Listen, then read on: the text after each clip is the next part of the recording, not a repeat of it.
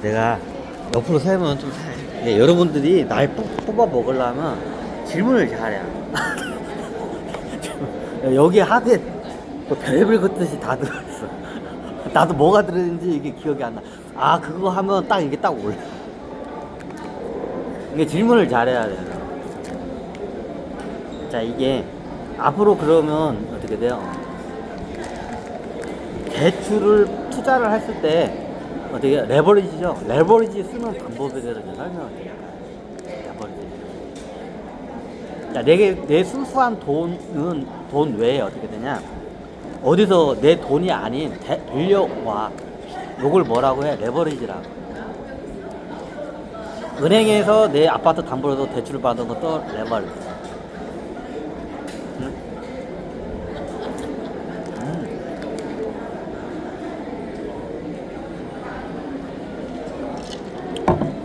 아니면 내 신용 대출로 해서 직장 신용 대출해서 대출 받은 것도 레버리지. 내 주식을 쓰면 내 주식을 담보로 해서 대출을 받아. 이것도 레버리지. 자, 돈을 빌려서 투자하는 걸 뭐라 해? 레버리지.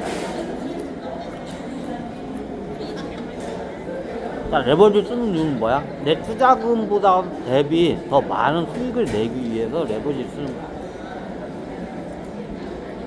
그만큼 어떤 양날의 검이야. 위험해.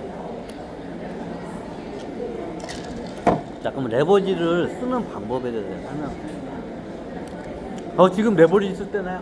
지금 레버리지 쓰면 뒤지는 때야. 지금 내면 실력이 있는 사람은 써도 돼. 자신 있으면. 근데 어지간한 사람은 지금 레버리지 써서 수익 내는 거 내가 죽었다 깨나도 힘들어. 지금이 그때 레버리지를 절대 쓰러서는 안 될 시기가 있어. 지금이야. 지금 레버리지 쓰면 안 돼, 진짜.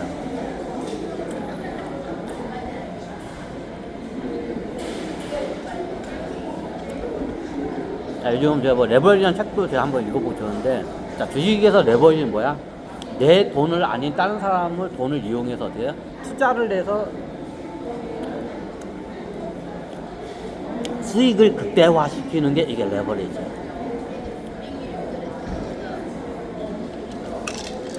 다시 말하지만 지금은 레버리지 쓸 때가 아니야. 그럼 어떠냐? 레버리지 쓸 그 시기가 있어. 뭐 그때를 위해서 어떠냐? 준비를 해놔야 돼. 이제 그 상황이 왔을 때 준비를 안 하면 어떠냐? 그냥 저기 보는 눈 앞에서 어떻게 그냥 떨고 그냥 지나가는 거야. 그러면 레버리지를, 자, 여러분들이 정말 괜찮은 회사를 발견하고 제가 했으면 써도 돼.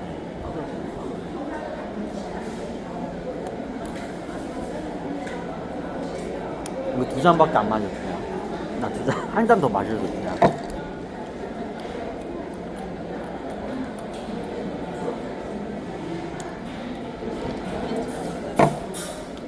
다들 요즘 막 막 주식시장에서 막 ETF 펀드 뭐 연금 펀드 저축 펀드 막 사라고 하니까 레버리지를 막 쓰라고 막 강요까지도 해. 막 텔레방 여기 넘어가면 어때? 뒤지는 거야. 지금은 절대 레버리지 쓸 시기야. 요거부터 먼저 설명드릴게요. 그러면 레버리지를 써야 할 시기가 있어. 주식시장에서 레버리지를 쓰기가 딱 좋은 시기가 있어. 예전에 이거 다 강의 몇 번이나 했어요. 굉장히 중요해. 대폭락이야. 대폭락은 어떻게 해? 선물이야. 대폭락은 어떻게 돼요? 선물이야, 이거는. 나한테 어떻게 돈을 벌 수 있는 기회의 선물이야. 대폭락이 있어야 돈을 벌 수 있는 기회가 생기는 거야.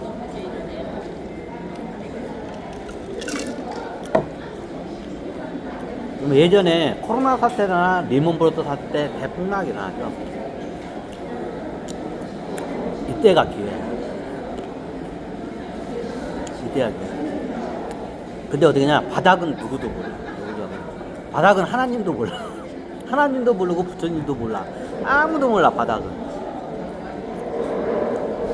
주식시장의 바닥은 아무도 몰라. 하지만 대략적으로 어느 위치인 거는 그게 돼.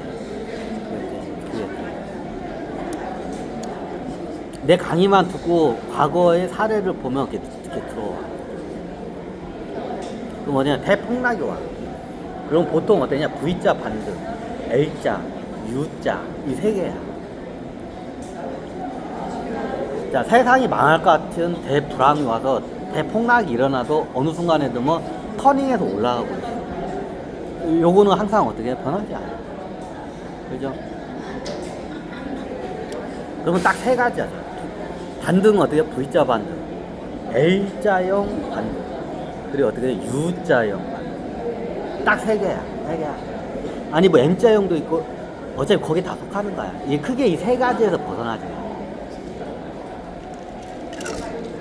V자, L자, U자. 그럼 어떻게 되냐? 이게 V자 반등이면 좋은데 누구도 그 바닥은 몰라. 근데 지나고 나니까 그때가 바닥인 게 이제 보여.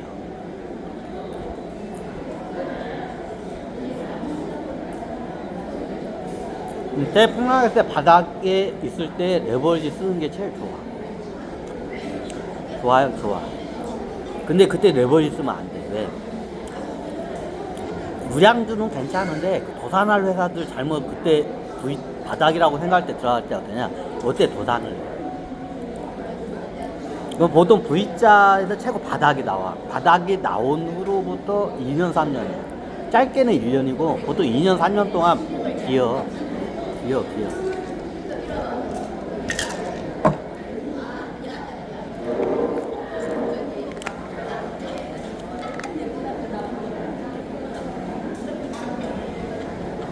아니네.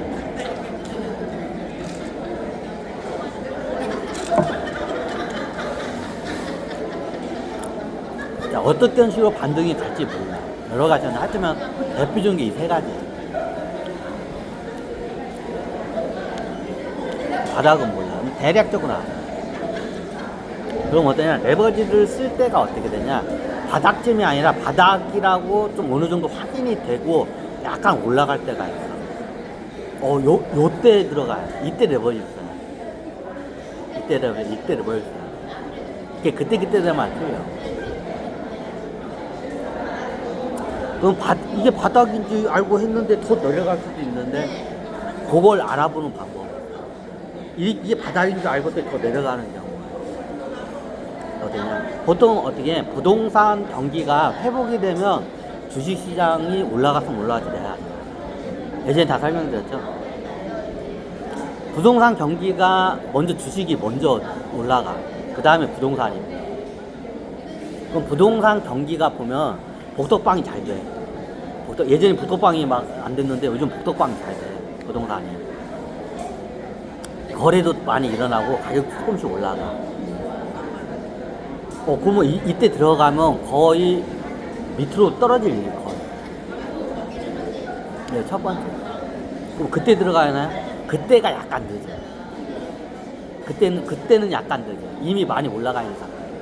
근데 그때라도 들어가는 게 안전하게 하고 싶으면 그때 들어가는 게 나아. 그럼 그 전에 뭐 선제적으로 볼 수 있는 게 뭐냐? 은행 이자야. 채권이야, 쉽게 말하면. 채권 이자야. 채권 이자.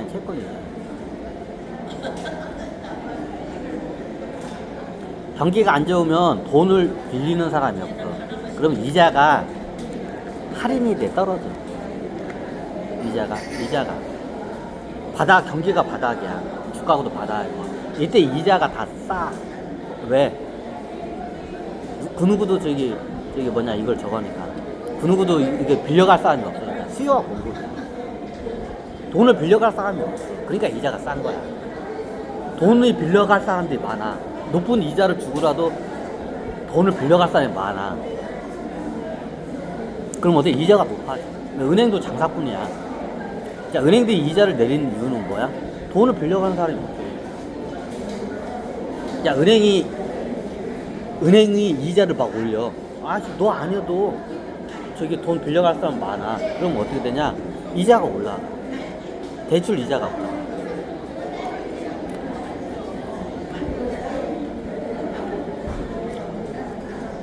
그게 뭐야? 은행 이자. 특히 대출 이자.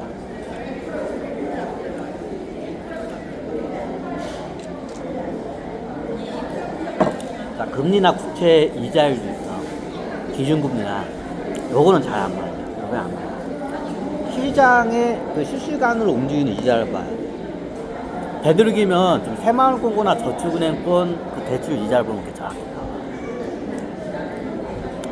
우리가 소위 5대 금융 있죠. 얘네들은 국가의 시책에 의해서 이자가 결정이 돼요. 그래서 그게 정확하지가 않아요. 정확하지 않아요. 시장의 이자를 봐야 돼요. 시장의 이자를 봐야 돼요. 5대 은행은 그 어떻게 냐 시장의 이자가 아니라 국가 저기 정책 금리야. 정책 금리야. 정책 금리야. 그래서 안 맞아요.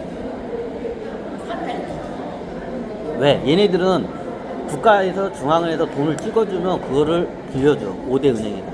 그러면 거기에서 어떻게 되냐? 그걸 통해서 애들 마진 올려서 기업이나 개인, 우리들한테 어떻게 대출을 내죠. 그러니까 국가에서 그걸 통제를 해.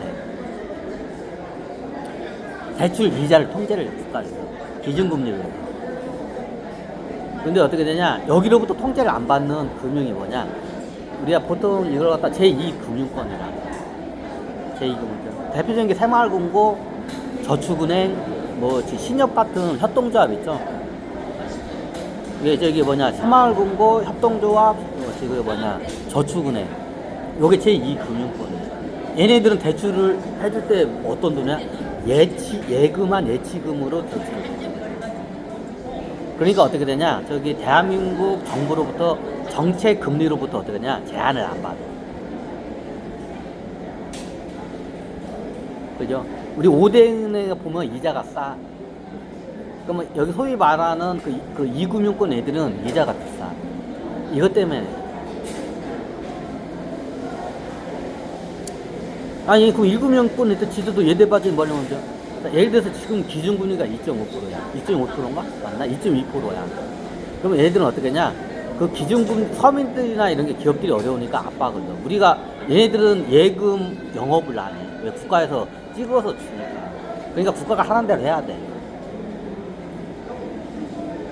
그럼 2.5%에 얘네들은 받아서 어떠냐? 보통 3%대나 3% 정책 금리가 3%대, 4%대야.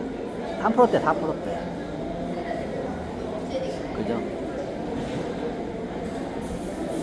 자, 그러면 여러분들 잘 관찰해봐요. 협동조합이나 저축은행이나 이런 데 봐봐. 대문짝하게 가끔가다 이렇게 나와. 이자율 7% 준다. 이자율 5% 준다. 연이자. 자, 얘네들 뭐예요? 얘들? 그러면 그 1금융권에서 받아가지고 저기다 하면 되겠네요? 이게 높으면 돼. 근데 그런 데가 위험해. 이자 주는 데가 은행이 망할 수가 있어. 그러니까 높아. 은행이 왜 그 이자를 갑자기 이자를, 예금 이자를 많이 주는 이유가 뭐냐? 얘네들이 준비금이 없어서 그래. 준비금이 있어요. 준비금이 딸린다는 거는 뭐냐? 부실하다는 거야. 우리가 가끔가다 협동조합 보면 7% 이자 준다는 애들 있죠? 자, 왜 그러냐? 얘네들이 부실한 거야. 그래도 이자 많이 주는 은행들 예금 조심해야 돼. 날릴 수 있어. 부실한 거야.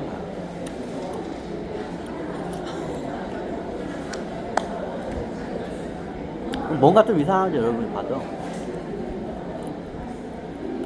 헛똑똑이 애들이, 씨발, 내가 공무원이고, 하니까 내가 한 3%대의 이자로 다 할 수 있는데, 저 신협이나 이런 데도 7%에 준다네? 씨발, 그럼 씨발, 내가 한 3%, 4% 이자 먹을 수 있네? 나중에 원금이 다 날라가, 이 등신아. 그런 헛똑똑하게 해가지고 원금이 날라간다고. 그런 짓 하지 마. 다 이유가 있어. 시장에서 그렇게 움직이는 거야.